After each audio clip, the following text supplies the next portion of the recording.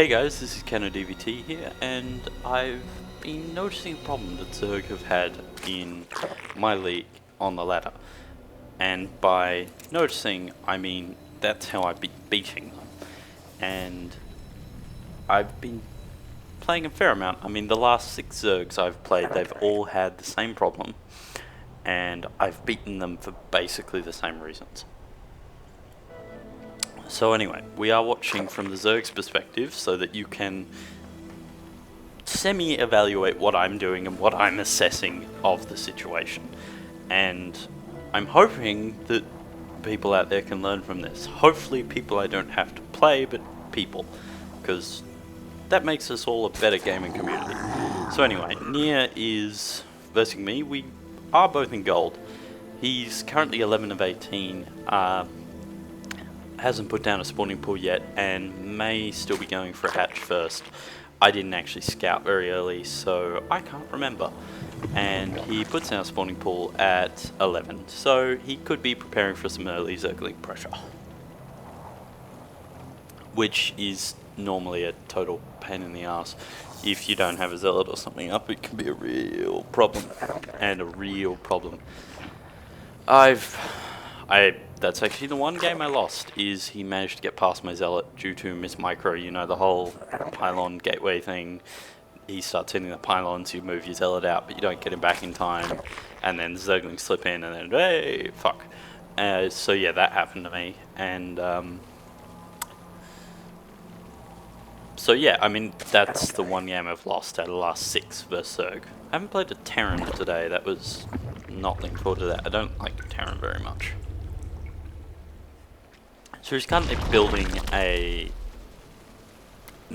building an extractor tree to get above that supply. He's building a queen, and for Zerging should be able to put some pressure on. If you notice the production tab, you can see I'm building a forge. I do actually go for a forge fast expand. So yeah, you'll see how that goes.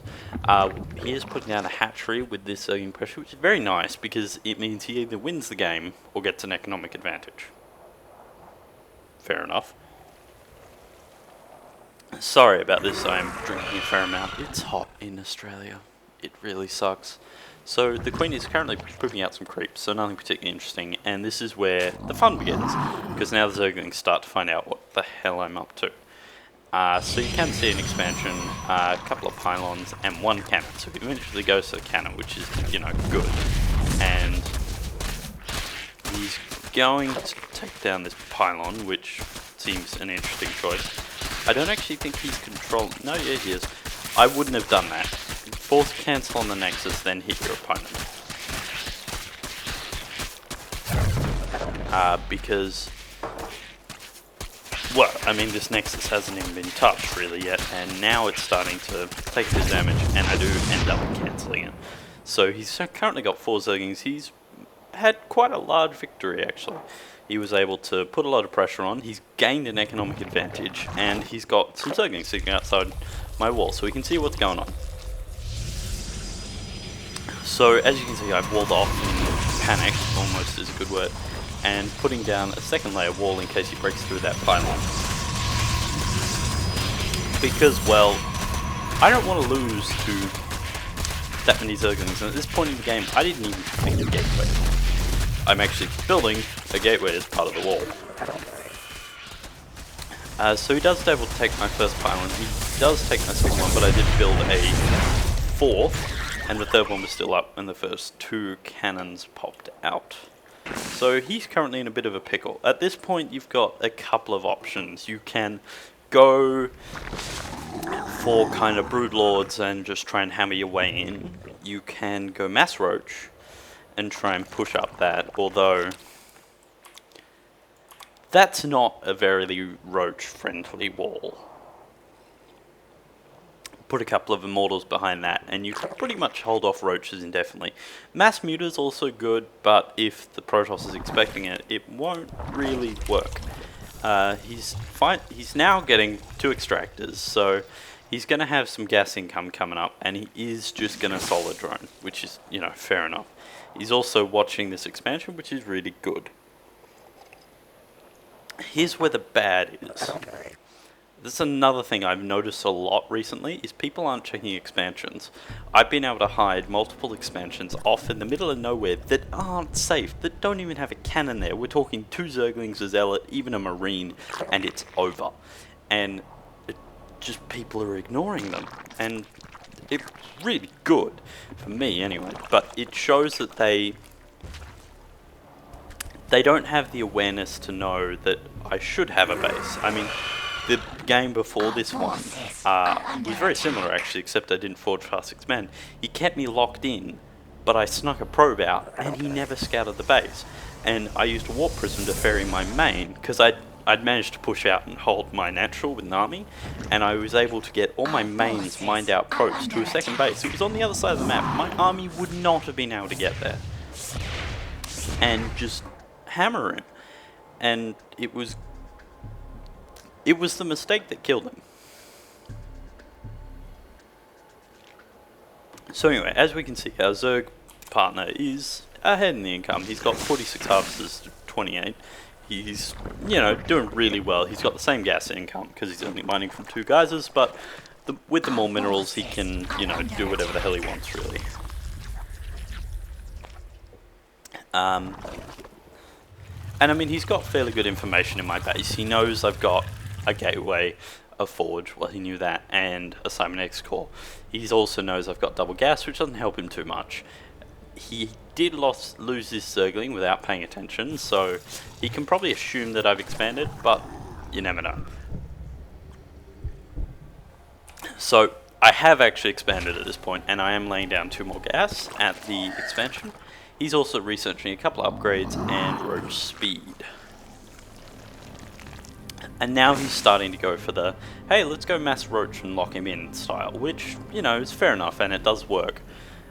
But mass roach alone isn't very good, especially at my level, where I've noticed that mass immortals tend to be favourite because you face a lot of early game pressure with like 3 racks, with 2 or 3 of them having tech labs, sorry I blanked on the name, and then the mostly marauders with a couple of marines chucked in. Or you go mass roach, or you go mass stalker 4-gate. Like, you get 3 immortals out, all of those army compositions are beaten. And that's what I've been doing, is mass immortals just seems to win. He's also got a nice supplementary force of Zerglings out, which, you know, is always good. He's also got an observer to face against DTs, but that's also enabling him to put down Changeling and watch my army should it be necessary. And he sees that I have this kind of wall-off thing, and this is one of the new maps. I haven't actually seen it before, with this kind of small choke thing here, which is a bit of a pain in the ass if you're trying to expand. However, I did notice this and tried to address it with a wall-off and a cannon. So he's now able to get Zerglings streaming in, but they are going up against a couple of cannons and a couple of storms, so you know that's never great. But he is getting good probe damage in, but I've just drawn my post out. And he's just sitting back here making sure I don't mine, which, you know, is smart.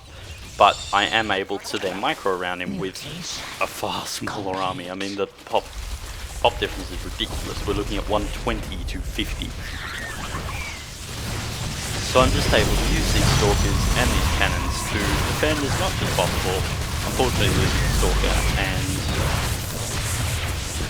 I've still got my Nexus up, which is all I really care about. So he takes a pylon out and bugs out.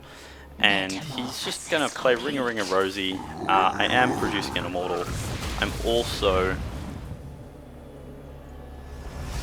So, I mean, he put some nice pressure on. He's doing what he needs to do. And he also expanded behind it again, which, you know, is great because it means he either wins the game or gets an economic advantage. He chose the economic advantage again, which is really good. If you look at the income, he's still kicking my ass. However, well, no, he doesn't. He did have 1,600 minerals and 900 gas, but 9 Mutalisks. That'll do it. So yeah, I mean, he's doing really well. For a Protoss in this position, it gets kind of hectic because as Zerg, you know, if you're versing a Zerg, you know they're going to be heading for Hive Tech.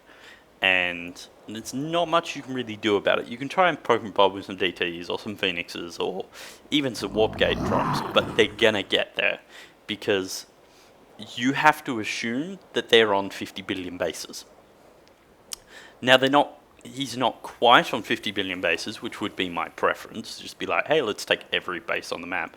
But you know he's heading for Hive. He hasn't got there yet, but he's heading for it because he needs Broodlords or Ultras to shut down a turtle position like this. So what you have to do gets really complicated.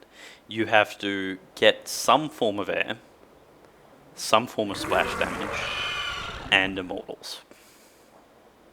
In my opinion. They're the three, like, you need really accurate scouting information, or you need to get all three of those. Like, that's just how it works, because if you don't do that, you're in trouble. So you need some form of air, probably Phoenixes to deal with mutas and the like. But splash damage is complicated, so you probably need Archons, which regrettably I didn't actually get in this game. And you need Immortals and Zealots to deal with whatever's on the ground. That's if he goes the air option. If he goes the ground option, he's probably going to hit with Roaches, Hydras, Infestors, Lings, and Ultras. Then you kind of need Mass Immortal, Colossi, your standard Death Ball. But your standard Death Ball is not going to fare too well when he's got 15 Broodlords hammering on it. That's when you need Blink Stalker and Phoenixes. So as I said, it gets kind of complicated at this stage. And he's currently at 184 out of 70. Like, the food difference is ridiculous, right? Like, I'm dead. We all know this. Mutation complete. If we look at, oh god, I'm trying to remember what number it is. The income, I mean, I have 41 harvesters, so my actual army is only 42 food. His army is 140. Yeah, I'm dead. I mean, he's got the army advantage. He should just be able to waltz in and kill me. Wrong. Protoss Turtle is a bit evil. It's kind of like old Terran Turtle, especially on a map like this, and with the decision he makes. He, in my personal opinion, chooses the worst possible position to attack he could have. And you'll see that in a minute. And this is the problem which I'm starting to see a lot with people, is they're heading into big chokes trying to end the game really quickly. No. Put one Zergling at each expansion, make sure he doesn't expand, and just sit there.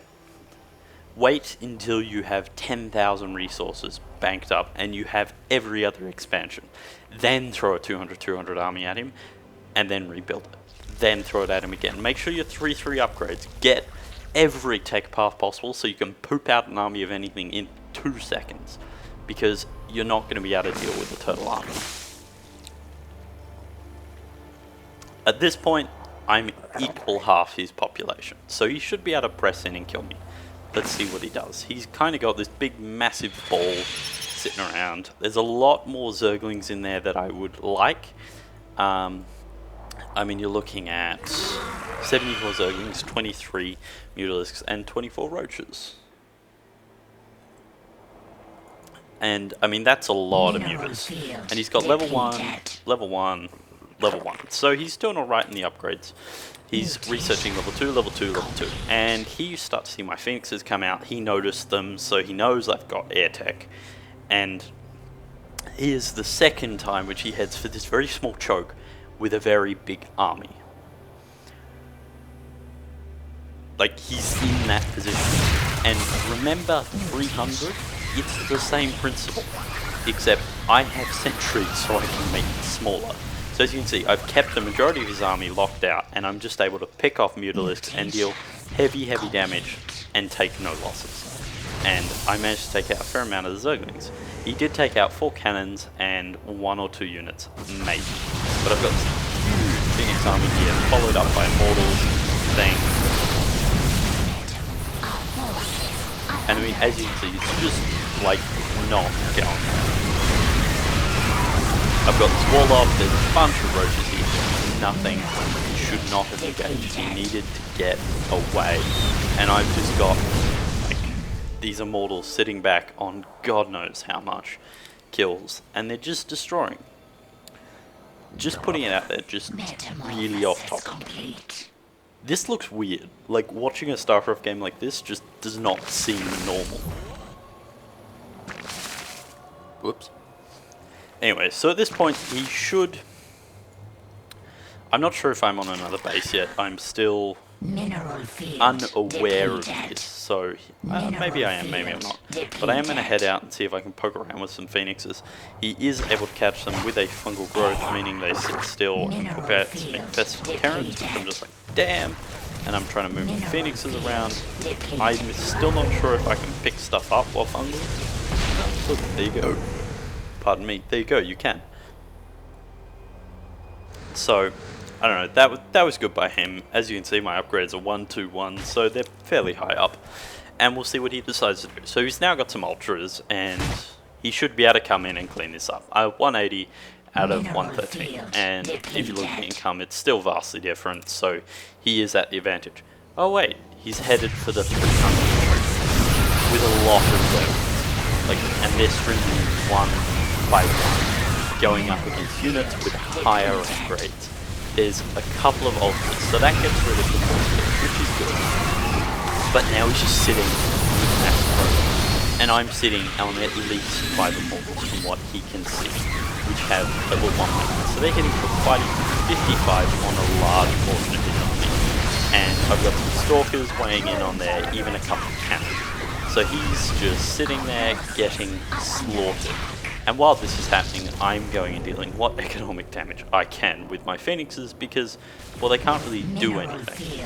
And he's got some Mutalisks and Infestors rolling over here, which could have been rather useful. So I send some phoenixes over, he pops up fungal growths, and which is always good. And he's actually doing the one thing, which means phoenixes probably aren't as good as Mutalisks. He's forcing them to not be like the mobile. However, he did tell his units to attack the Nexus and nothing else. So he now knows I've expanded again. He should have known that as soon as I put down the Nexus, but he knows it now, because he didn't watch every expansion. Now, admittedly, he's seen all the expansions, but I don't know when. I don't know how frequently. So now our food's at about the same, because for the second time in a row, he's come to me. Units lost. That tells a huge tale. We're talking 8,000 to 17,000. That's how inefficient these exchanges are becoming for him. All because of positioning. This one army positioning has lost him 9,000 more resources than me. I've lost 8,000 resources. He's lost 17,000. Now, given over a game, that's not much, but that's a huge advantage to me. That's massive. And so he should, granted he has a bigger income, but I'm now on 3 base. He's only on 4 base. That's not that big of a difference. If he was on 5 or 6 base, yeah, maybe I could then believe it, but he's not. He's not there yet. So he decides to go off on my base, which, you know, rightly so, should be the thing he's doing. Here's the problem. I actually have a bigger army than him. So he's tried to push in when I have a bigger army. That should have been nice. And even then, that current competition I probably wouldn't want.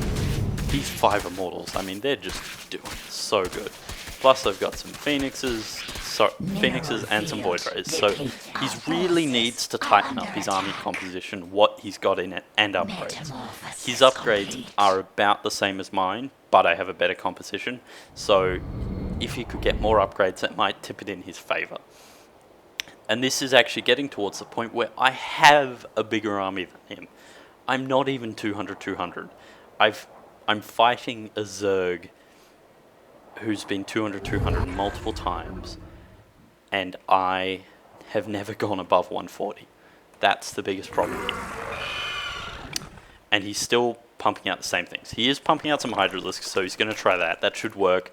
They're not going to be as susceptible to the Immortals. I don't have any Colossi or any... oh, gods. Archons, so he's making the right call there. He's getting armor and attack. He's also got some ultralisks. The problem is my army just kind of one-shots that. I mean, yes, he's got 5 armor. I'm hitting it for 60 with the immortals. He's got some mutalisks, so he's going to go see what he can do with that. But he's at 134, I'm at 143.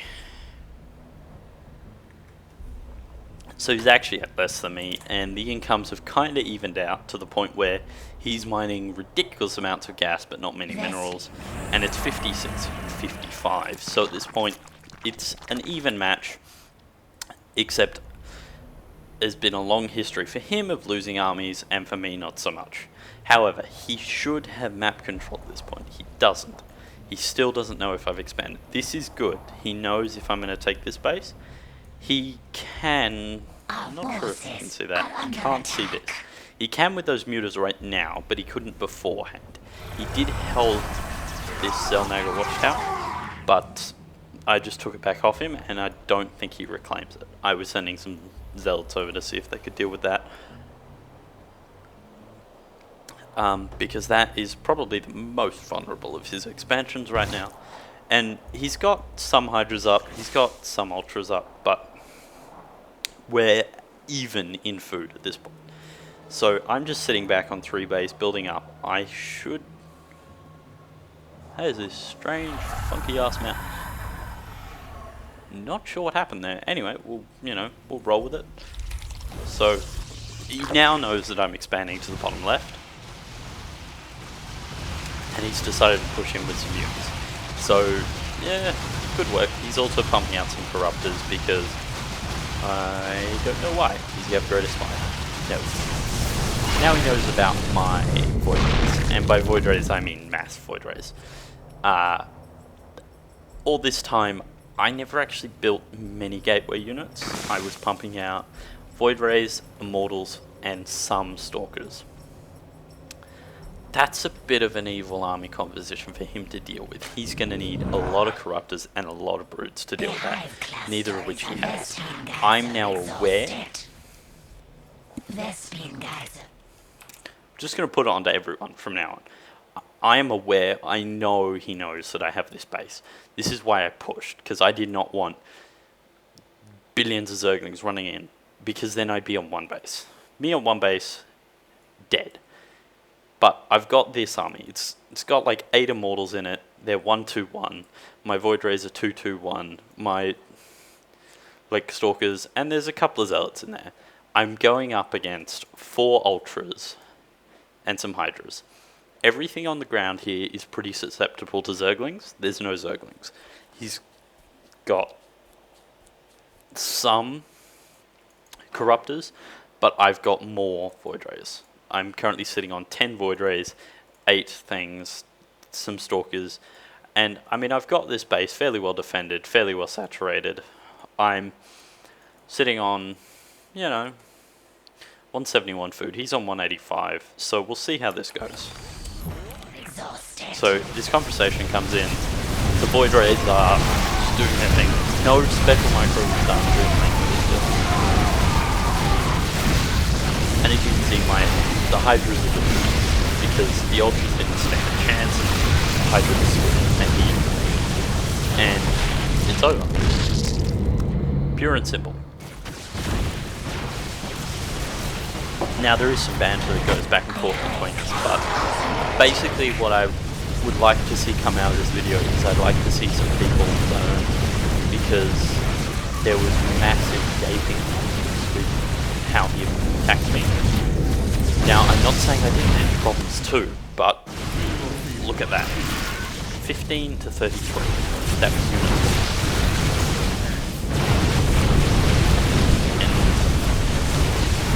Can't do that. The pros wouldn't be able to do that. You just can't come back from that. It's just not possible. And as you were saying, he should have gone brutal. Well, not so much. I mean, look at the amount of void rays.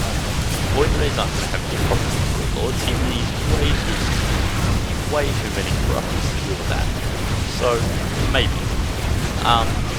But anyway, I'm going to show you the after game stats screen so you can kind of see some things, but I'm hoping that some people will learn from this, because gold on ladder, there's a lot of silly mistakes which don't need to be there. And this was one of them. I should have lost this. I lost an expansion. I turtled to an expansion. Like, it's just over for me. So, we're gonna quit the replay. Go and have a look at my profile, match history. Unfortunately, I did get demoted from Platinum. Was a bit disappointed about that. So this was the last game I played, and as you can see, I had 12,000 less resources than him over the game. He lost 15,000 more resources, so even footing. Economy breakdown, average unspent resources. He's 700 more than me. I'm like 600 more than my goal. My private goal is like 600 unspent, happy. Resource collection rate, he's higher. Workers created, higher. God dang it. And we'll just have a look at the army value. I mean, you can just see his soar. And there, first attack in the choke point. There, second attack in the choke point. That's a titchy dip. That's not even a dip. Then, third attack. And I'm just above him the entire time. Resource collection rate, up, up, up, up. I never stopped. Then, that's when I think I mined out my main. Then I expanded again. That's when I was mining out my natural. Then I expanded again. And all the while, he's above me. Anyway, this is Keno DVT. Hoping this has been informative. Anyone with any money whatsoever, go buy Steam games. That is all. My collection has somewhat expanded. This is Keno DVT. Hoping you have a nice day. Go pwn some nubs on ladder.